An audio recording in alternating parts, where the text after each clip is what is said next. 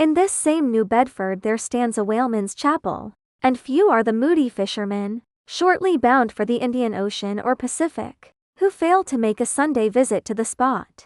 I am sure that I did not. Returning from my first morning stroll, I again sallied out upon this special errand. The sky had changed from clear, sunny cold, to driving sleet and mist. Wrapping myself in my shaggy jacket of the cloth called bearskin, I fought my way against the stubborn storm. Entering, I found a small scattered congregation of sailors, and sailors' wives and widows. A muffled silence reigned, only broken at times by the shrieks of the storm. Each silent worshipper seemed purposely sitting apart from the other, as if each silent grief were insular and incommunicable. The chaplain had not yet arrived, and there these silent islands of men and women sat steadfastly eyeing several marble tablets, with black borders, masoned into the wall on either side the pulpit. 3 of them ran something like the following, but I do not pretend to quote, sacred to the memory of John Talbot, who, at the age of 18, was lost overboard, near the Isle of Desolation, off Patagonia, November 1 Street, 1836. This tablet is erected to his memory by his sister, sacred to the memory of Robert Long, Willis Ellery, Nathan Coleman, Walter Canny, Seth Macy, and Samuel Gleig, forming one of the boat's crews of the ship Eliza, who were towed out of sight by a whale, on the offshore ground in the Pacific, December 31 Street, 1839. This marble is here placed by their surviving shipmates, sacred to the memory of the late Captain Ezekiel Hardy, who in the bows of his boat was killed by a sperm whale on the coast of Japan, August 3d, 1833. This tablet is erected to his memory by his widow. Shaking off the sleet from my ice-glazed hat and jacket, I seated myself near the door, and turning sideways was surprised to see Queequeg near me. Affected by the solemnity of the scene,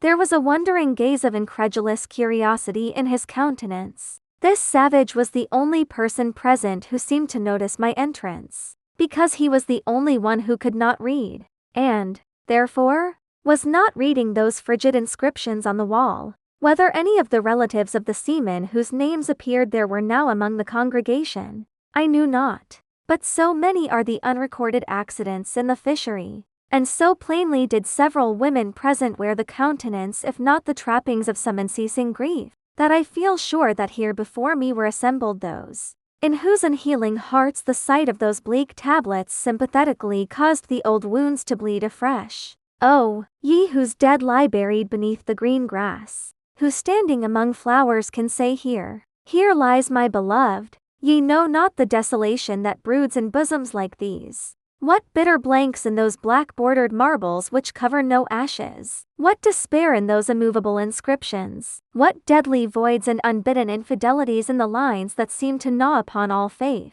and refuse resurrections to the beings who have placelessly perished without a grave! As well might those tablets stand in the cave of Elephanta as here. In what census of living creatures, the dead of mankind are included? Why it is that a universal proverb says of them, that they tell no tales, though containing more secrets than the Goodwin sands. How it is that to his name who yesterday departed for the other world, we prefix so significant and infidel a word, and yet do not thus entitle him, if he but embarks for the remotest Indies of this living earth. Why the life insurance companies pay death forfeitures upon immortals. In what eternal, and stirring paralysis, and deadly, hopeless trance, yet lies antique Edom who died 60 round centuries ago. How it is that we still refuse to be comforted for those who we nevertheless maintain are dwelling in unspeakable bliss. Why all the living so strive to hush all the dead.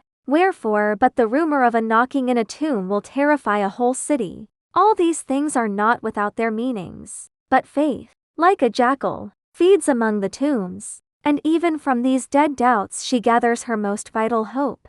It needs scarcely to be told, with what feelings, on the eve of a Nantucket voyage, I regarded those marble tablets, and by the murky light of that darkened, doleful day read the fate of the whaleman who had gone before me. Yes, Ishmael, the same fate may be thine. But somehow I grew merry again. Delightful inducements to embark. Fine chance for promotion. It seems a stove boat will make me an immortal by brevet. Yes. There is death in this business of whaling, a speechlessly quick chaotic bundling of a man into eternity. But what then? Methinks we have hugely mistaken this matter of life and death. Methinks that what they call my shadow here on earth is my true substance. Methinks that in looking at things spiritual, we are too much like oysters observing the sun through the water, and thinking that thick water the thinnest of air. Methinks my body is but the lees of my better being. In fact, take my body who will.